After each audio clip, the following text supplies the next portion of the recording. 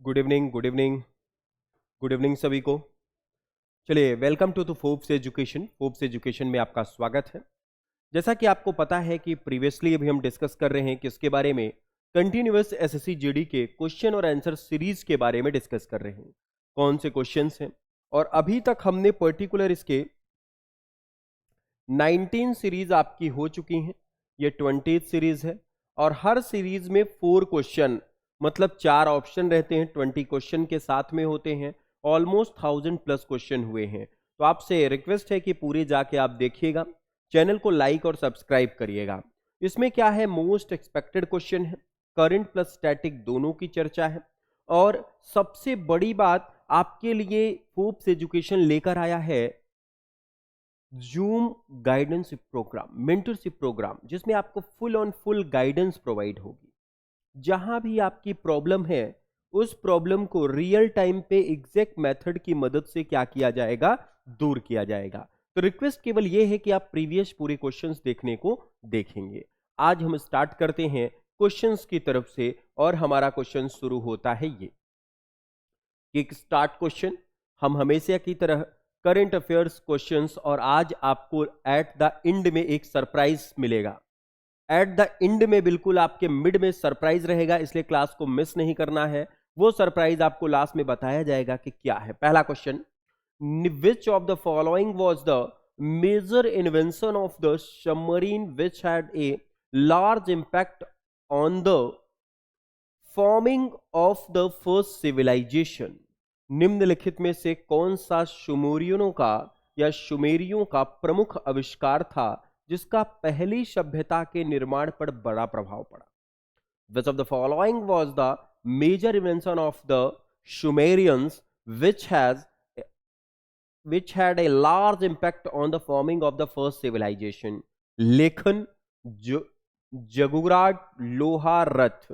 Writing, ziggurat, iron and. Sumerian क्या है? Sumerian एक प्रकार की सभ्यता है जिस पर सबसे ज्यादा हिस्ट्री में जो इंपैक्ट पड़ा वो पड़ा हमारा राइटिंग या लेखन पर। तो चलिए देख लेते हैं। ए, राइटिंग। सुमेरियन ने कई आविष्कार किए। उन्होंने निम्नलिखित आविष्कार किए: लेखन का पहला रूप, एक संख्या प्रणाली, पहला पहिया वाहन, धूप में खुदाई गई सुखाई गई ईंटें, और खेती के लिए सिंचाई। इन सब का इन्होंने क्या किया, आविष्कार। किसका किसका किया? The Sumerian made many inventions. They invented the following: the first form of writing, लिखने का पहला तरीका सुमेरियन ने बताया।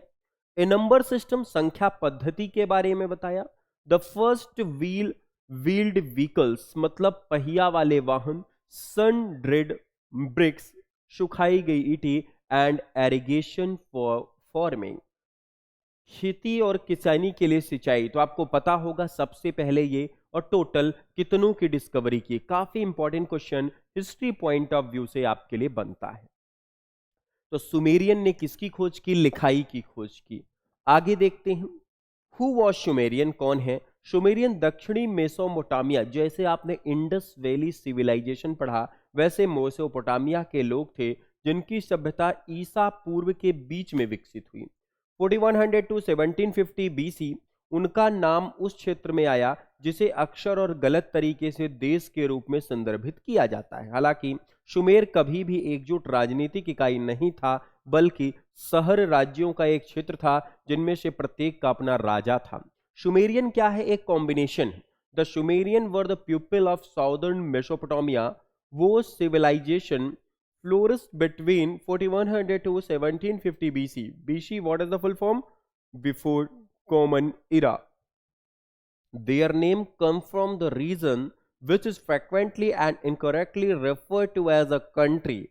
Sumer was never a conscious political entity, however, but a region of city-state, each with his known king. ये अपने राजा से क्या थे? इनका प्रत्येक का अपना राजा हुआ करता था। और आपको भी पता है जब क्षेत्र कई भागों में बटा था इसलिए इनका एकजुटता नहीं हुआ। और ये इराक के पास में ये पूरा एरिया आपका कौन सा है?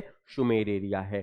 तो सुमेर, जो सुमेरियन के लोग थे, मेसोपोटामिया का क्षेत्र था। इन्होंने सबसे पहले किसकी डिस्कवरी की? आपको पता होगा, इन्होंने सबसे पहले लेखन कला की खोज की। इसके बाद इन्होंने बताया दशमलव प्रणाली, डेसिमल फ्रैक्शन का भी प्रयोग इन्होंने किया। इसी के बेसिस पे पूरी चीजें क्या है इसमें इंपॉर्टेंट है। ये इराक हो गया, ये सीरिया, लेबनान, इजराइल, जॉर्डन, ये पूरा का पूरा पार्ट था। और उस समय सबसे बड़ी शक्ति जो किसके पास थी, टर्की के पास थी, तुर्की के पास। तो सुमेरियन सभ्यता यहां से विकसित हुई। तो चलिए आज का किक ऑफ स्टार्ट क्वेश्चन आपको क्लियर है। अब हम शुरू करते हैं क्वेश्चन आंसर सीरीज क्या अपने पार्ट को, जो आपके एग्जाम पॉइंट ऑफ व्यू के लिए काफी जरूरी है। लेट्स स्टार्ट, शुरू करते हैं आज के पहले प्रश्न की तरफ। और पहला प्रश्न ये रहा, कितने लोगों को पद्म विभूषण 2020 से सम्मानित किया गया? Your option is 6, 7, 8, 9। How many people have been awarded Padma Vibhushan in 2020? आपको उम्मीद है 2020 का पूछा गया, आपसे पूछा गया 2020 का। और 2000 आपको ऑर्डर के क्रम पे याद होगा, सबसे बड़ा अवार्ड था भारत रत्न। भारत रत्न के बाद क्या होता है, पद्म विभूषण।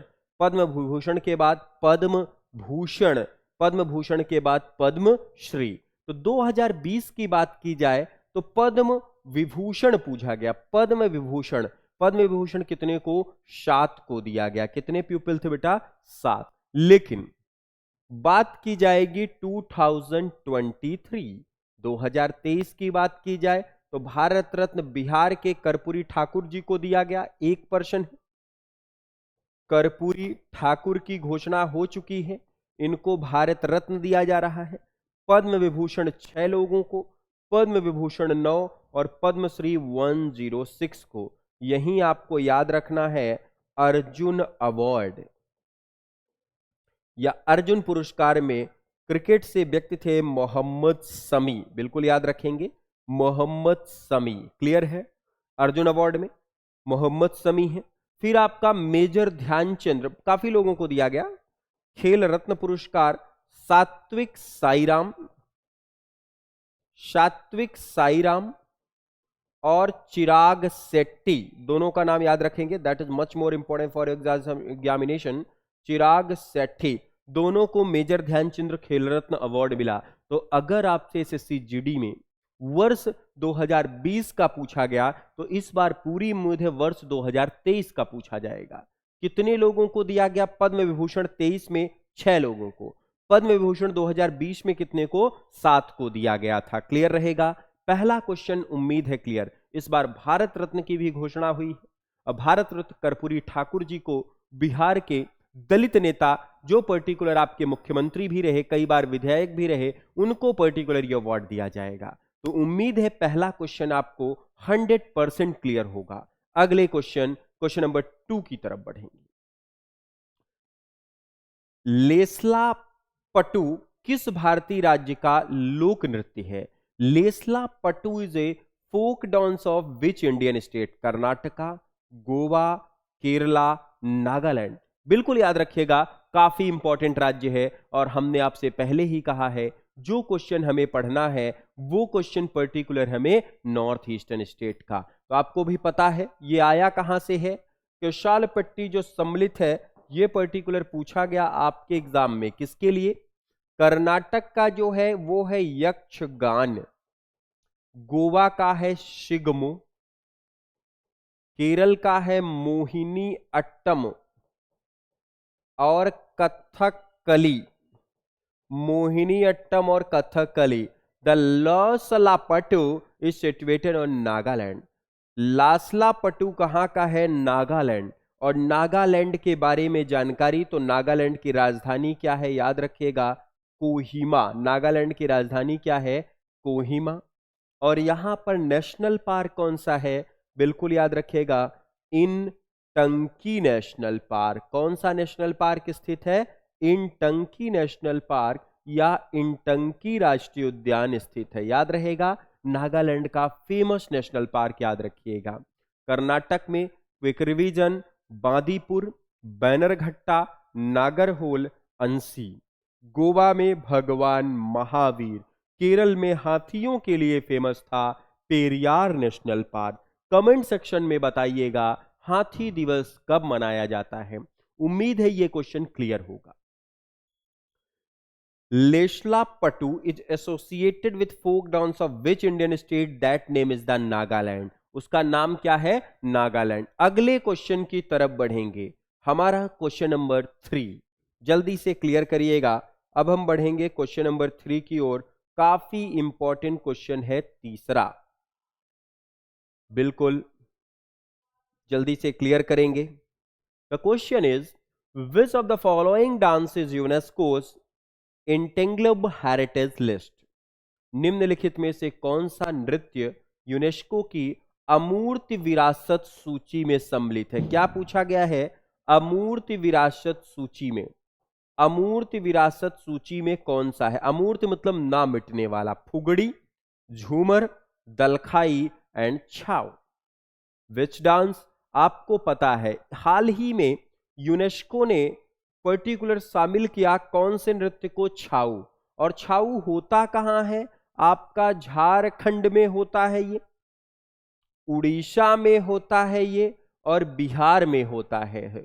तो इसको सम्मिलित किया गया आपके इसमें, क्लियर रहेगा। फुगड़ी कहां का है?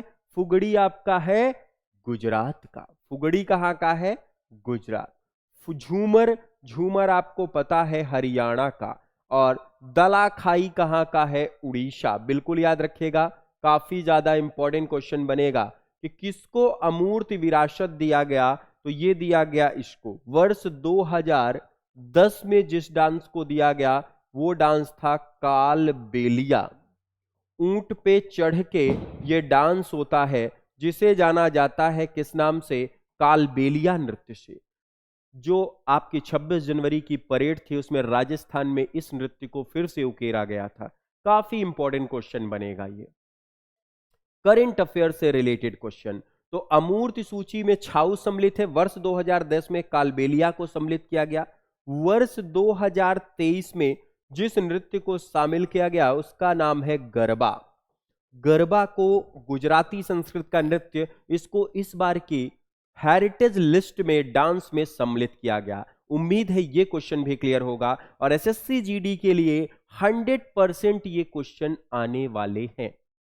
किस नृत्य को सम्मिलित किया गया? वो नृत्य का नाम था हमारा, कौन सा नृत्य था? बिल्कुल याद रखिएगा, उस नृत्य का नाम था हमारा छाऊ। 2023 में गरबा, 2010 में कालबेलिया। और दलखाई जो डांस है वो कहां होता है? तो दलखाई डांस हमारा उड़ीसा, उड़ीसा की राजधानी भुवनेश्वर और मुख्यमंत्री नवीन पटनायक। अगला क्वेश्चन, भलारी खालिस्तान के लोकप्रिय लोकगीतों में से एक है जिसे किसान अपने खेतों में काम करते समय गाते हैं। The folk tradition Bhalari is one of the people folk song of blank which is sung farmers while working in their fields। Rajasthan, Maharashtra, Himachal Pradesh, Bihar. आपको पता है एक त्योहार भी मनाया जाता है बैलों का जो होता है पोला, और उसी समय जो गीत गाया जाता है इसमें किसकी पूजा होती है? बैलों की पूजा होती है। और इसी समय जो गीत गाया जाता है उसे भलारी कहते हैं। और ये पूरा का पूरा कहाँ होता है बेटा? महाराष्ट्र में। कहाँ होता है? महाराष्ट्र। बिल्कुल याद रखिएगा, महाराष्ट्र में। क्लियर रहेगा। तो बंजारा जो ट्राइब है वो राजस्थान में पाई जाती है, हिमाचल प्रदेश पहाड़ी इलाका है, और बिहार में आपका छठ पूजा बड़ा फेमस है। तो महाराष्ट्र में ये है। महाराष्ट्र में कौन कौन से नेशनल पार्क हैं? तो याद रखिएगा यहाँ पे है तडोबा नेशनल पार्क की बात की जाए तो पहला है यहाँ पे तडोबा, दूसरा है चंदोली। दूसरा नेशनल पार्क याद रखेंगे कौन सा है बेटा? चंदोली। तीसरा है गूगामल, गूगामल नेशनल पार्क। कौन सा है बेटा? गूगामल राष्ट्रीय उद्यान। तो भलारी जो लोकगीत है यह कहाँ का लोकगीत है? 100% आपको क्लियर हुआ, महाराष्ट्र। इसमें क्या होता है, किसान जितने भी हैं वो अपने पशुओं की पूजा करते हैं। और फेवरेट पशु कौन सा है? इनका फेवरेट पशु होता है, अगर आप याद रखेंगे तो उस पशु का नाम है बैल। तो ये हर साल बैलों की पूजा करते हैं, इसलिए काफी ज्यादा इंपॉर्टेंट बनेगा। अगला, कौन सा थाट आमतौर पर प्रातःकालीन राग में प्रस्तुत नहीं किया जाता? Which thought is not usually rendered in the morning raga. कई प्रकार के राग होते हैं, सा रे गा मा, ये सब आपके स्वर हैं, उसी प्रकार से गाने के राग हैं। तो जो मॉर्निंग में नहीं होता वो होता है कल्याण राग। कौन सा है? कल्याण। बाकी अशावरी, बिलावट और भैरवी थाट ये सब मॉर्निंग टाइम पे होते हैं। अगला क्वेश्चन, निम्नलिखित में से कौन सा नृत्य यादव समुदाय द्वारा भगवान कृष्ण की पूजा में किया जाता है? Rauf, Raut Nacha, Kallarpattu, Kuchipudi. Which of the following dances performed by the Yadav community in worship of the lord Krishna. भगवान कृष्ण के लिए, आपको पता है उत्तर प्रदेश में मथुरा में भगवान कृष्ण की बड़ी पूजा है, जैसे अयोध्या में भगवान राम की पूजा है, राम लला की अर्चना है, उसी प्रकार सेम कहानी है। तो ये नृत्य कौन सा होता है? राउत नाचा। स्पेशली ब्रज क्षेत्र, ब्रज इन द सेंस मतलब कैसा है? ये मथुरा वाला जो क्षेत्र है वहां पे ये डांस होता है राउत नाचा। तो the special dance that is done on the worship of the Krishna that is known Raut Nacha. Rauf कहां का है? जम्मू कश्मीर। करपाटियम कहां का? आंध्र प्रदेश एंड तेलंगाना। और कुचिपुड़ी कहां का है? आंध्र प्रदेश। बिल्कुल, ये इसका क्या है? पूरी तरह से क्लासिकल डांस है, याद रहेगा। और आपको भी पता है ऐसे नृत्य देवी और देवताओं पर आश्रित होते हैं, उनके लिए अलग सिनेरियो बनता है। उम्मीद है आपको ये क्वेश्चन क्लियर होगा। क्वेश्चन नंबर 6 पूरी तरह से। तो कौन सा नृत्य यादव समुदाय द्वारा भगवान कृष्ण को समर्पित है? That is no Raut Nacha. Next question, काफी ज्यादा इंपॉर्टेंट क्वेश्चंस की ओर बढ़ रहे हैं। उम्मीद करता हूं पिछले पूरे के पूरे क्वेश्चंस आपको क्या होंगे? क्लियर होंगे। अगला है, which of the following are not considered spiritual symbol of the Lakshmi जागर फेस्टिवल। निम्नलिखित में से किसे लक्ष्मी जागर महोत्सव का आध्यात्मिक प्रतीक नहीं माना जाता? दीपावली के दिन जिसकी स्पेशली पूजा होती है वो लक्ष्मी जी होती हैं। तो लक्ष्मी जागर में किसकी पूजा? मटका, धनुष, सूपा, शेर। प्रतीक नहीं माना जाता पूछा गया है। पॉट, बो, शूपास, लायन। तो आपको भी पता है सबकी पूजा होती है, पूजा किसकी नहीं होती? लॉयन की। किसकी? शेर की। आपको पता होगा जो 23वें तीर्थकर थे, जो हमारे जैन धर्म के 23rd तीर्थकर, कौन थे 23वें तीर्थकर?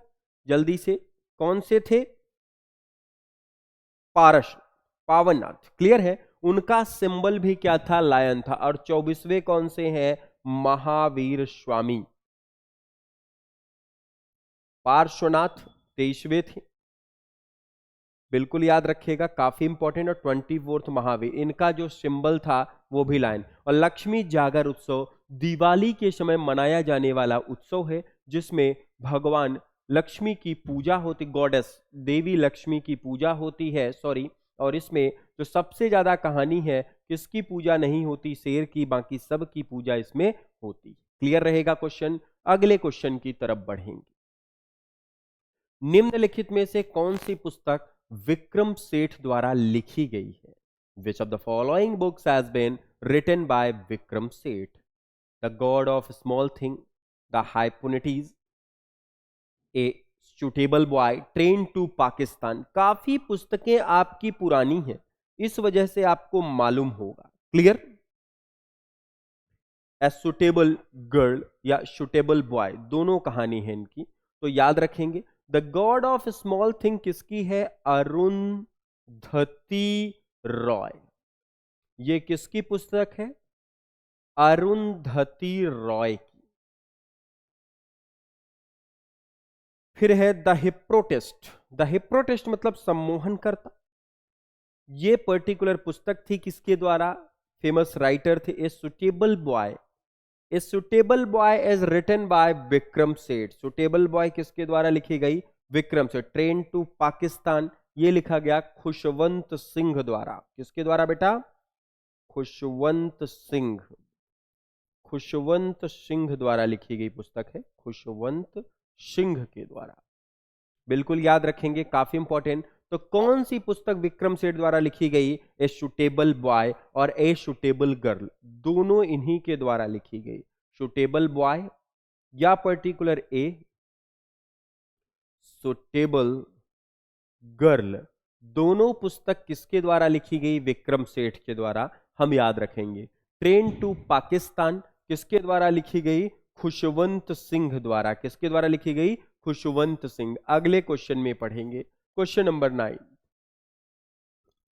काफी इंपॉर्टेंट क्वेश्चन, यह भी पुस्तक से संबंधित क्वेश्चन है। देखिएगा, इग्निटेड माइंड्स नामक पुस्तक के लेखक है। Who is the author of the book ignited minds?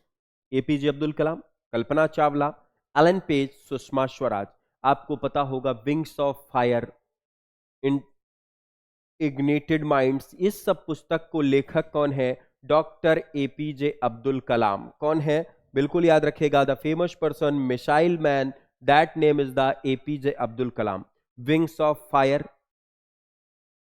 ये सब पुस्तक, इनकी और पुस्तक कौन सी है? विंग्स ऑफ फायर, कई बार एग्जाम में पूछी गई, बिल्कुल याद रखेंगे। विंग्स ऑफ फायर भी पुस्तक इन्हीं की है। क्लियर रहेगा? Very good.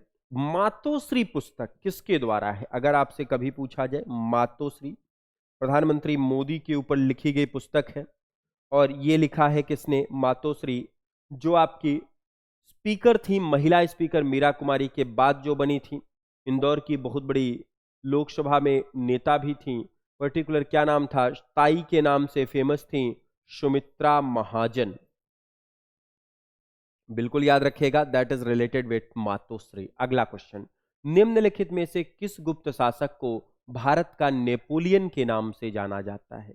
ये तो 100% हिस्ट्री का, इतिहास में कई बार पूछा गया। Which of the following Gupta rulers is known as the Indian Napoleon? Samudragupta, Skandagupta, Chandragupta, Chandragupta द्वितीय। सबको पता है, the founder of Gupta dynasty, Gupta वंश का फाउंडर किसको गाना जाता है? श्रीगुप्त को। फेमस थे इसके चंद्रगुप्त और विष्णुगुप्त, ये सब चले, लेकिन जो नेपोलियन कहा गया वो किसको कहा जाता है? पर्टिकुलर नेपोलियन से तुलना जिसकी हुई है, नेपोलियन से पूरी की पूरी जो तुलना हुई वो किसकी हुई थी? समुद्रगुप्त की। किसकी हुई? समुद्रगुप्त। इतिहास के इसने कई सारे युद्ध लड़े, एक भी युद्ध नहीं हारा, इस वजह से इसे समुद्रगुप्त को जाना जाता है। याद रहेगा, विक्रमादित्य, चंद्रगुप्त द्वितीय, ये सब इसके फेमस राजा थे, फेमस कहानी थी उनकी। अगले क्वेश्चन की तरफ बढ़ेंगे। उम्मीद करता हूं 10 क्वेश्चन आपको क्लियर होंगे। नागालैंड में नेशनल पार्क हमने आपको बताया था, कौन सा नेशनल पार्क था? इनटंकी। उत्सव कौन से थे? पोला उत्सव कहां मनाया जाता है? यह इंपॉर्टेंट क्वेश्चन आपके एग्जामिनेशन के लिए है। अगला, भारतीय संविधान के किस अनुच्छेद के तहत राष्ट्रपति पर महाभियोग चलाया जा सकता है? सबसे आसान question, under which article of Indian constitution president can impeached? किस अनुच्छेद में राष्ट्रपति पर महाभियोग? That is article number 61। याद रखिएगा, 61 में, 62 में उपराष्ट्रपति, 63 में भारत का उपराष्ट्रपति होगा, 54 में इलेक्शन प्रोसीजर ऑफ प्रेसिडेंट। बिल्कुल याद रखिएगा, आर्टिकल बहुत जरूरी। इलेक्शन प्रोसीजर का मतलब क्या है? चुनाव प्रक्रिया। Article number 64, VP, the election of VP, it is the post of VP and it is a impeachment and महाभियोग। आर्टिकल नंबर 72, राष्ट्रपति किसी का भी सजा में माफ कर सकता है, पार्डन पावर, मृत्युदंड माफ करना, इट इज आर्टिकल नंबर 72। उम्मीद है याद रहेगा। महाभियोग सबको पता है 61 में है, 54 में क्या है? इलेक्शन प्रोसीजर है, और 55 में क्या है? पर्टिकुलर मेथड ऑफ इलेक्शन, कौन सी विधि होगी। अगला क्वेश्चन, अगला कुछ इंपॉर्टेंट कहानी है आपके लिए कि कुष्ठ रोग के लिए नई 3 दवा व्यवस्था को मंजूरी मिली है हाल ही में। कुष्ठ के लिए नेशनल लेप्रोसी डे मनाया जाता है जनवरी के अंतिम में, 30 या 31 को। केंद्र सरकार ने कुष्ठ रोगियों के लिए एक नई 3 दवा उपचार व्यवस्था को मंजूरी दे दी, जिसका लक्ष्य 2027 तक भारत को इस बीमारी के संचरण से रोकना है। राष्ट्रीय कुष्ठ उन्मूलन कार्यक्रम डैप्सोन, रिफैमिस और क्लोफेजमिन से युक्त इस नई दवा में क्या होगा आपका कदम। और लिप्रेसी डे अगर पूछा जाए तो last Sunday of January, last Sunday of January या जनवरी का अंतिम रविवार या अंतिम सप्ताह जो होता है वहां पे कुष्ठ रोग निवारण दिवस मनाया गया। उसी के याद में सरकार ने जनवरी के महीने पर यह काम किया। अगला, केंद्रीय मंत्रिमंडल ने कोयला गैसीकरण के लिए 8500 करोड़ रुपए वीजीएफ को मंजूरी दी। केंद्रीय मंत्रिमंडल ने भारत में कोयला गैसीकरण परियोजना को बढ़ावा देने के लिए 8500 करोड़ की व्यवहार्थ अंतर वित्त पोषण योजना को मंजूरी दे दी है। इस कदम का उद्देश्य बिजली उत्पादन और रसायनों के उत्पादन के लिए स्वच्छ कोयला प्रौद्योगिकी, आपको पता होगा कोल के कई सारे सिनेरियो, 4 प्रकार के कोयले होते हैं, एंथ्रेसाइट, बिटुमिनस, लिग्नाइट एंड पीट। सबसे अच्छा एंथ्रेसाइट, इंडिया में सबसे ज्यादा पाया जाता है बिटुमिनस, और सरकार कह रही कोयले के लिए हम क्या करेंगे, आपूर्तिकर्ता के रूप में बिजली को आगे बढ़ाने के लिए कोयले गतिविधियों में हम एक प्रोग्राम लेके चलेंगे और उसी के बिहाफ पर ये चीजें रखी गई। नेक्स्ट क्वेश्चन काफी इंपॉर्टेंट, समुद्रगुप्त वाला क्वेश्चन आपको पूरी तरह से याद रहेगा। अगला क्वेश्चन काफी ज्यादा इंपॉर्टेंट है। Damayanti Joshi, the question is Damayanti Joshi एक प्रसिद्ध खाली स्थान है। Damayanti Joshi is a famous Kathak नृतक, बंगाल कवि, कर्नाटक गायक, तमिल कलाकार। Kathak dancer, Bengal poet, Karnataka singer, Tamil artist. कौन है दमयंती जोशी? संबंधित रखते हैं उत्तर प्रदेश के नृत्य कथक से। It is a famous Kathak dancer. Which one is the famous for that? Birju Maharaj.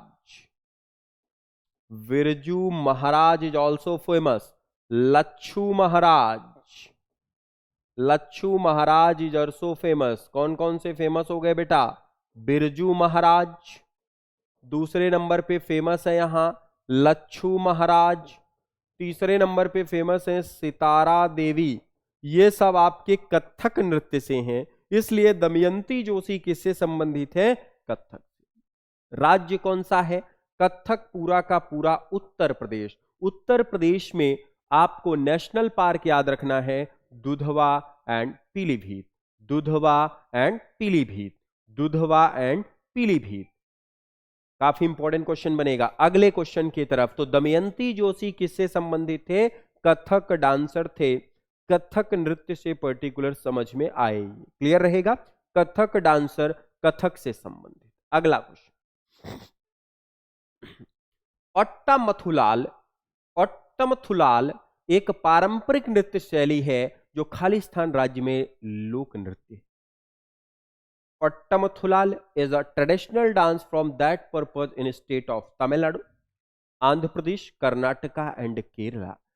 ओट्टामथुलाल जहां मोहिनी अट्टम और कथकली होता है दैट इज केरल। कहां का है बेटा? केरल का।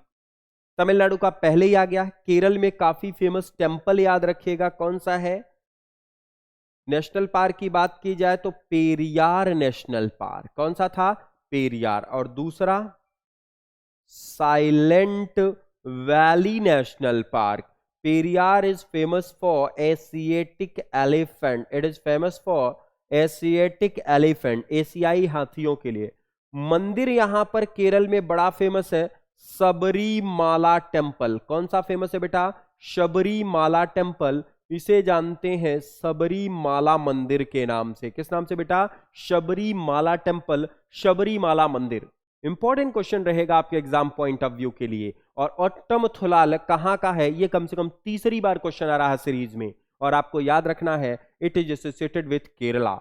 आंध्र प्रदेश में कुचिपुड़ी, कर्नाटक में यक्षगान, तमिलनाडु में भरतनाट्यम, केरल में मोहिनी अट्टम, और काफी ट्रेडिशनल था Kathakali. Then the last one is the Ottamthullal. Next question, प्रसिद्ध संगीतकार अन्नपूर्णा देवी किस वाद्य यंत्र से संबंधित हैं?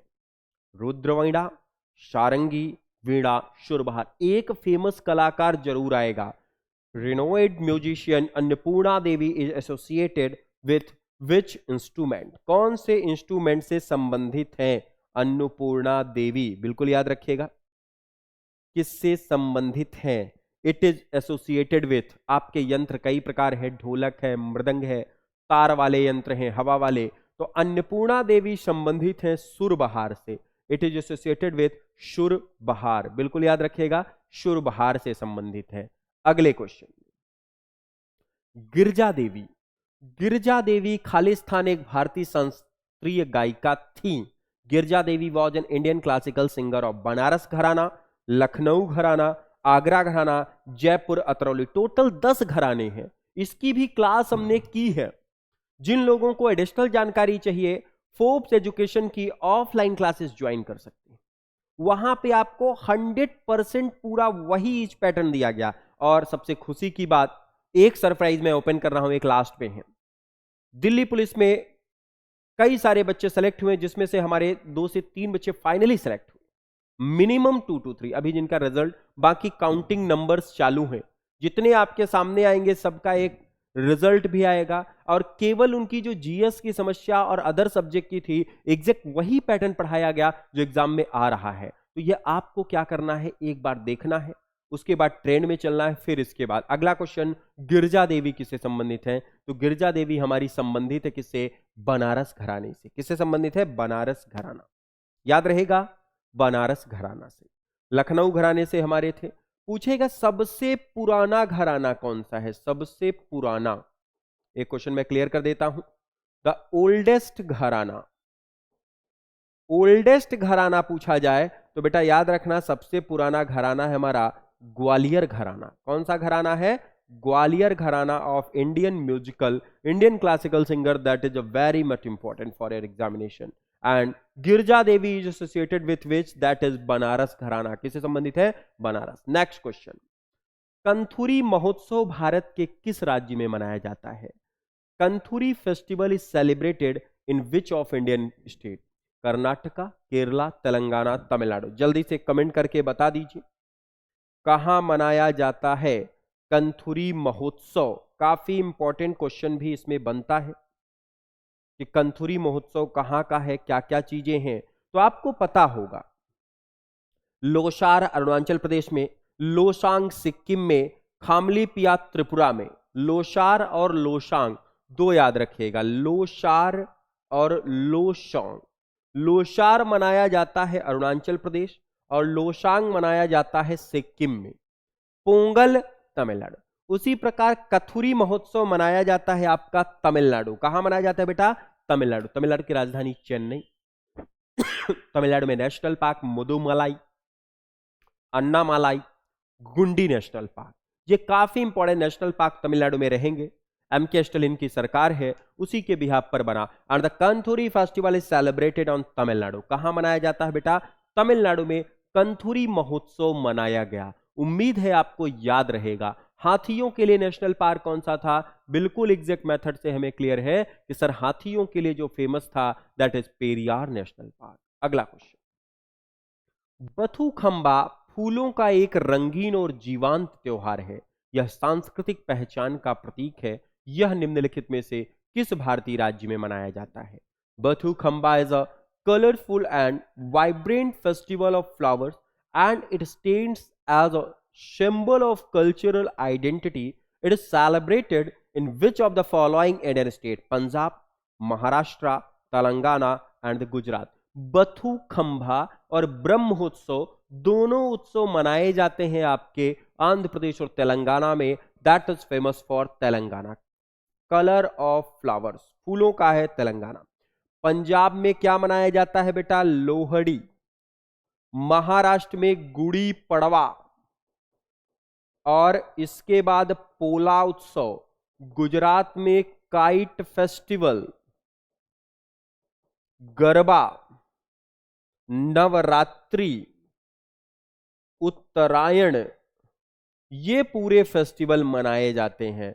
उत्तरायण किसका नाम है? जो आपका मकर संक्रांति है, मकर संक्रांति को उत्तरायण के रूप में मनाया जाता है। कहां पर? गुजरात में। बथुखंबा कहां? तेलंगाना। ब्रह्मोत्सव कहां? तेलंगाना। लोसार कहां और लोशांग कहां? लोशांग सिक्किम में, लोसार अरुणाचल प्रदेश में। क्लियर है? उम्मीद करता हूं 17 क्वेश्चन क्लियर हुआ। अगला क्वेश्चन, क्वेश्चन नंबर 18, निम्नलिखित में से कौन सी पुस्तक सूरदास की नहीं है? काफी क्या है आपके लिए, एग्जाम पॉइंट ऑफ व्यू के लिए ट्रेडिशनल वे में बनेगा। तो पुस्तक है आपकी किस बारे में कि निम्नलिखित में से कौन सी पुस्तक सूरदास की नहीं है? Which of the following book is not of Surdas? सुशांत शूरवली, साहित्य लहरी, शूरसागर। ये उनके लिए भी जरूरी है जो रिसेंटली प्रिपरेशन शुरू किए हों और हिंदी उनके सब्जेक्ट में आता हो, तो उसके लिए भी जरूरी ये सब्जेक्ट है। तो जल्दी से कमेंट करके बता दीजिए तो कौन सी पुस्तक इनके द्वारा नहीं लिखी गई। काफी इंपॉर्टेंट क्वेश्चंस ये आपके एग्जामिनेशन में बनेगा। पहला है सुशत्तशाई, सूरावली, साहित्य लहरी, सूरसागर। आप सबको पता होगा कि सूरदास की कौन सी इंपॉर्टेंट नहीं है, तो इनमें से 3 पुस्तकें आपकी सूरदास से बिलोंग करती हैं। और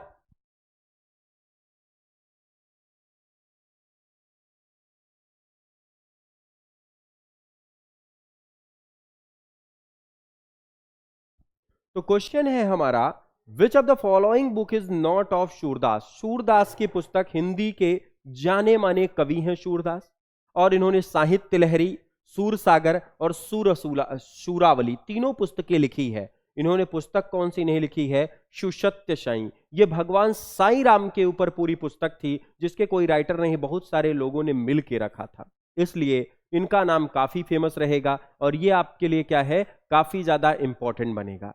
अगले क्वेश्चन की तरफ बढ़ेंगे और आज का अंतिम प्रश्न है, who is the author of a book named voice of conscious?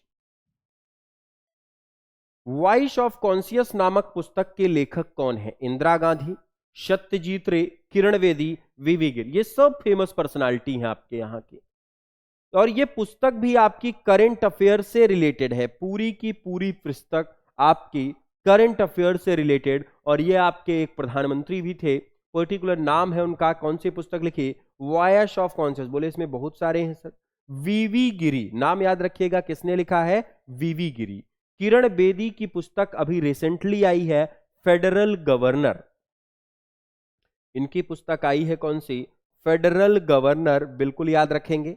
और वीवी गिरी की पुस्तक कौन सी है? वॉइस ऑफ कॉन्शियस, बिल्कुल याद रखिएगा। आपके एग्जामिनेशन में 100% क्वेश्चन रहेगा। क्लियर है? 19 क्वेश्चन सभी को क्लियर हुए, पूरे के पूरी चीजें। आज के कमेंट सेक्शन के लिए हम क्वेश्चन छोड़ रहे हैं। ये आपके लिए कमेंट करके आपको क्वेश्चंस बताने हैं और तुरंत कमेंट करना है विद इन सेकेंड्स में। क्वेश्चन है, which among the following river originated from the Amarkantak? निम्नलिखित में से कौन सी नदी अमरकंटक से निकलती है? 4 ऑप्शन है आपके सामने, बेतवा, माही, नर्मदा एंड ताप्ती। बेतवा, माही, नर्मदा, ताप्ती। इसका आंसर आपको कमेंट सेक्शन पे, और अगली क्लास में इस क्वेश्चन का आंसर होगा, साथ में रिवर सिस्टम भी आपको पूरे के पूरे बताए जाएंगे। आपको पता होगा, छोटी सी टिप्स दे देता हूं कि ऐसी नदी जो ईस्ट और वेस्ट फ्लोइंग की ओर जाती हैं, उन नदियों में से कोई नदी है सर, इसमें तो पूरे ऑप्शन वही हैं। एक और छोटी सी टिप, ऐसी नदी जो डेल्टा बहुत कम बनाती है, एस्चुरी का निर्माण करती है। अब इसके बाद भी अगर आप आंसर नहीं दे पा रहे हैं तो फिर ये आपकी प्रॉब्लम है। तो आज के हमारे पूरे के पूरे क्वेश्चन आंसर कंप्लीट हुए हैं। अगर आपने पिछली क्लासेस नहीं देखी हैं तो 100% उन क्लासेस को देखिएगा, और फिर इसके बाद मिलते हैं अगले क्वेश्चन आंसर सीरीज में। यहां तक पूरी चीज आपको क्लियर रहेगी। Thank you to all.